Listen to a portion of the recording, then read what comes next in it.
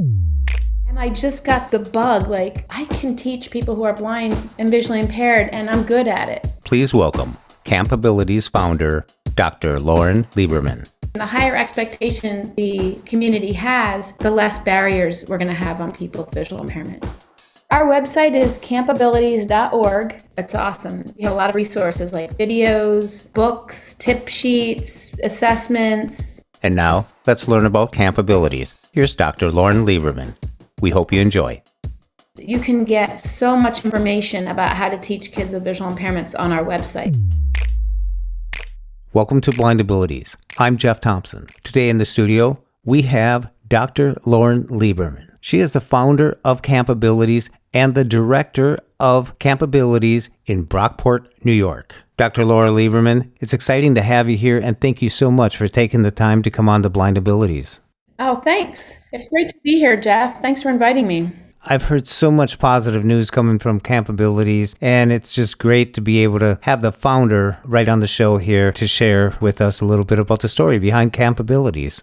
Yeah, sure. It's been an honor. It's been an amazing journey, and it's really exciting to share it. How many years has Campabilities been around? I started camp in 1996, so this will be our 27th year of camp and the 25th year face-to-face. Face-to-face. So you've done some virtual stuff over the last couple of years here? Yes, we had to go virtual because I could not let the kids go a whole year without having camp. So we sent the kids a whole bag of modified equipment. And when we Zoomed everyone in for the virtual camp, they all had equipment at home and then they kept it. Oh, wow. That's awesome. What inspired this forming of Campabilities? Well, I went to school for health and physical education, undergrad and master's, and then I taught at the Perkins School for the Blind because I had done Ski for Light as an undergrad at Westchester University, and I just got the bug, like, I can teach people who are blind and visually impaired, and I'm good at it, because I did this Ski for Light, and it had this aha moment. So when I was looking for a job after my master's program, I got a job at Perkins School for the Blind, and I taught there in the deaf-blind program, and I coached, and I loved it. Then I wanted to do more. I wanted to reach more people, so I went and got my doctorate at Oregon State University, and then I got my first job teaching at SUNY Brockport, and when we were doing our labs, with the practicums with kids with disabilities, I decided to do something about it, because I looked around and none of the kids we were working with had a visual impairment, and my students were going to graduate and they weren't going to be able to understand or know how to teach kids with visual impairments. And so what I did was I wrote a grant, and I thought I want to have a camp because I grew up going to camp, so I thought that would be fun. And then I went to the grants office and they helped me write the grant, and I got a pretty big grant for your first year teaching. It was like $13,000. And that's when we started Campabilities that summer of 1996, and we had 27 kids, and I got to know some people on campus. I got to know some people in New York State, and we just went from there. It just got bigger, and then people from other states, I really knew I was onto something when all these kids from Maryland and Connecticut and Texas and Alaska were trying to come to our camp. And there was a point where I think we had 4 kids from Connecticut, and I was like, you know what? You should start your own camp. And then I started thinking, why don't other people start camps? Because kids should go to camps with other kids that live near them. That's my philosophy. Because, you want to be able to have a sleepover. You want to be able to commiserate about something that happened. And if it's in a different time zone or far away, you only see those kids if you go back to that camp, right? Mm-hmm. But if you go to a camp near you, then you have other kids that you can do stuff with that understand you and that you can corroborate with. And so Alaska was the first one. They started at Campabilities, I think it was 1999 or 2000. And then Arizona and Maryland and Connecticut, and it just took off. And then we just started doing international camps, like we did Costa Rica and Puerto Rico and Guatemala and then Finland and Bangladesh, Latvia. Went to a bunch of different camps and helped them set up camps. And then I was really fortunate in the fall of 2019, I got a global Fulbright scholarship, and I got to go to Ghana, Ireland, and Brazil and start new camps there. Oh my gosh. You're limited to the earth then. Maybe not, Jeff. Maybe not. Maybe not. There's always tomorrow. That's right. That's awesome that it's grown that much. Did you see it growing that? I mean, you must have loved it so much you wanted it to grow. Mm-hmm. When I saw how impactful it was for the kids and how it changed their lives and their perception of themselves and their levels of independence, I know that sports is a great vehicle for that kind of thing, but I didn't know the power of 1 week. I mean, and then even when we've done 1-day camps, I've had kids kicking and screaming they don't want to leave, And I realized like even a 1-day camp has such an impact on kids, like changing the way they see themselves. And I've had parents cry and just say, I've never seen this in my son before. I just want him to do this more. This is great. So what age group is Campabilities for? So the ones that we do that are overnight, we do 9 to 19. But when we do the day camps or shorter camps, we can go down as young as like 6. Wow. 5 for a 1-day camp, How about the instructors that are out there wondering, here you're doing it. Obviously, you're doing it. You did it virtual, you do it in person, you do it around the world. But what do you say to instructors that are cautious about it or that actually sideline people with disabilities, blind, visually impaired?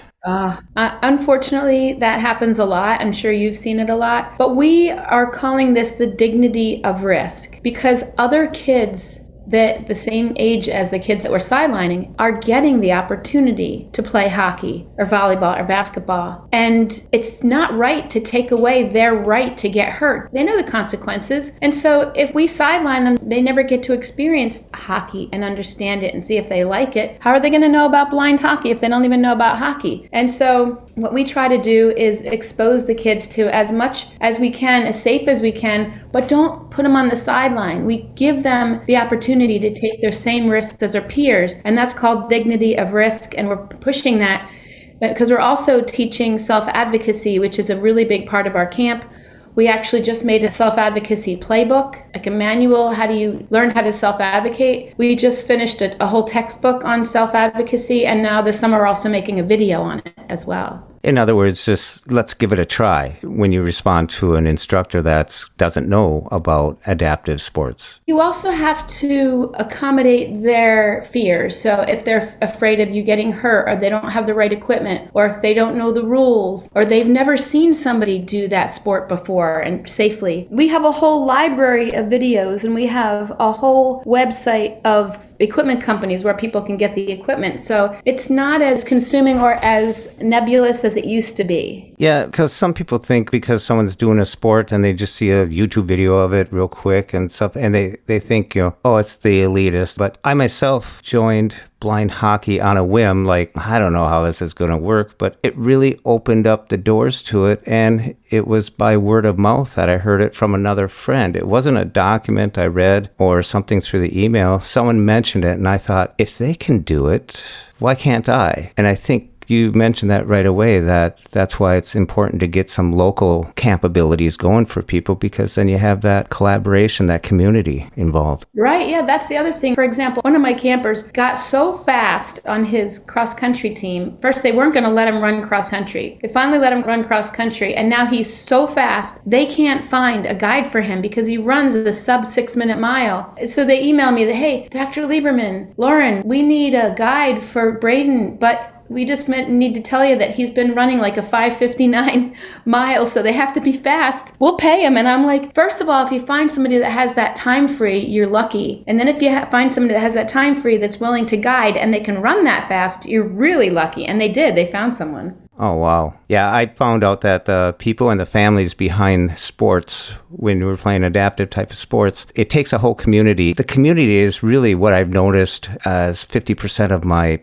fun and enjoyment of it, because parents are taking their time to bring the kids there, get the equipment, and give them the time to actually be involved. And they're there participating, whether they're in their crowd or whether they're getting water or whatever they're doing. It is a huge community, and that's what really keeps me going. And when I retire from playing blind hockey, I'll be part of that community myself. Wonderful. So you talked about it, but what has Campabilities taught you that you didn't think about? As the years go by, I'm sure you're learning all the time. What's the biggest takeaway? I think the biggest takeaway is that nobody should underestimate the potential of people with visual impairment. I think that is so important, and it's just so ingrained in our program because we have people who are blind doing research, we have them teaching the sports, running the activities, like doing some of the like music. We have a Terry Kelly, I don't know if you know Terry Kelly, he's a musician from Canada, he does our music, and people can do anything that they set their mind to, and we just have to believe that. And I think that some people don't, because they don't see people with visual impairments doing these types of things in the community. And so it taught me we really need to push the kids to get out into the community, and so people can see them and believe that, because the more expectation, the higher expectation the community has, the less barriers we're going to have on people with visual impairment, and the more potential they'll even have then. But the other thing I learned, which it took me a long time to realize, that I was always like thanking all the volunteers, giving them swag and recognizing people, giving awards out. And what I realized is that people want to volunteer. They want to help make this happen. They believe in the program and the kids. And I don't have to be thanking everyone and giving them awards. It's something that people value. You say to people, do you think kids who are blind and visually impaired should play sports? And everybody says yes. And then, a lot of people are willing to give their time and energy and money to that program, and it took me a while to realize that. And now, we have a whole lot of Lions clubs and churches and community groups that help, and they're willing to do it year after year. And it's just such a joy, because now I just call up the Drums Alive guy, or I call up the horseback riding people, and they'll be like, oh yeah, which night do you need us? That's just such a welcome that I didn't have before. Wow, that's awesome. So where can people find out more about Campabilities, where they can support, volunteer, and register for Campabilities near them? Sure. Our website is campabilities.org, and you can look about our camp, or you can look up other camps, because there's a list of all the other camps that we have in the U.S. and abroad. We also have a website called campabilitiesworld.com, and that's about all our camps all over the world. It's awesome. It tells a little bit about each camp. And on both websites, we have a lot of resources like videos, and we have books, tip sheets, assessments, and you can get so much information about how to teach kids with visual impairments on our website. We've been getting a lot of grants to develop resources. Yeah, I'm sure there's so many that could benefit from the great resources that you have on campabilities.org from kids, young adults, parents, and especially those physical education teachers. Yeah. Sure. Dr. Laura Lieberman, thank you so much for joining us here on Blind Abilities. And we're going to get the word out about Campabilities. Once again, that's campabilities.org. Check it out. See what's available in your area and check out all the opportunities that Campabilities has to offer. Thank you so much, Dr. Lieberman. All right. Thank you so much, Jeff. Keep up the good work.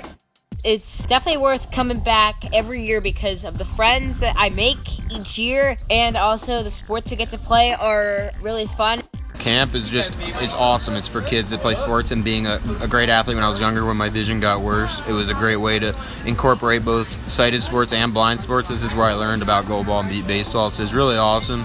And I just love the environment and how everyone was together, and there's camaraderie, so I decided I wanted to come back and coach, and I had so much fun coaching there. I'm going to keep doing it until they tell me I can't anymore. The only best part ever is goalball. It is my favorite sport of any sport, blind or sighted, and it helps that I'm really good at it. My favorite part about camp is just the sports. Tandem biking's my favorite, but we also do many other sports, including swimming, track and field events, including throwing, long jump, and running. Goalball, which is another blind sport, the ball that has bells in it. And as a camp, we also do another sport called futsal. It's basically like a soccer, but it's for blind people, and you're actually blindfolded. A lot of it is just improving upon what I did last year, speed and timing, and really I think I can most improve in swimming. Swimming's my weakness, but running I want to get a little bit better, biking I want to get a little bit better every year, so just keep pushing myself and see what happens on Monday. It's just a place to be with other visually impaired people like myself, and it's also a place to learn how to advocate for yourself. This is one of the only places you can go to get experiences with blind sports. This is one of the only places for that where they really focus on it. And I think that's a huge part, is to see, like my friend AJ next to me here. It's great to see someone else that really shares my love for sports, but also has the same disability that I do. When we share what we see through each other's eyes, we can then begin to bridge the gap between the limited expectations and the realities of blind abilities. The realities of blind abilities. Blind abilities. For more podcasts with a blindness perspective, check us out on the web at www.blindabilities.com, on Twitter at blindabilities. Download our app from the App Store, Blindabilities, that's 2 words, or send us an email at info@blindabilities.com. Thanks for listening.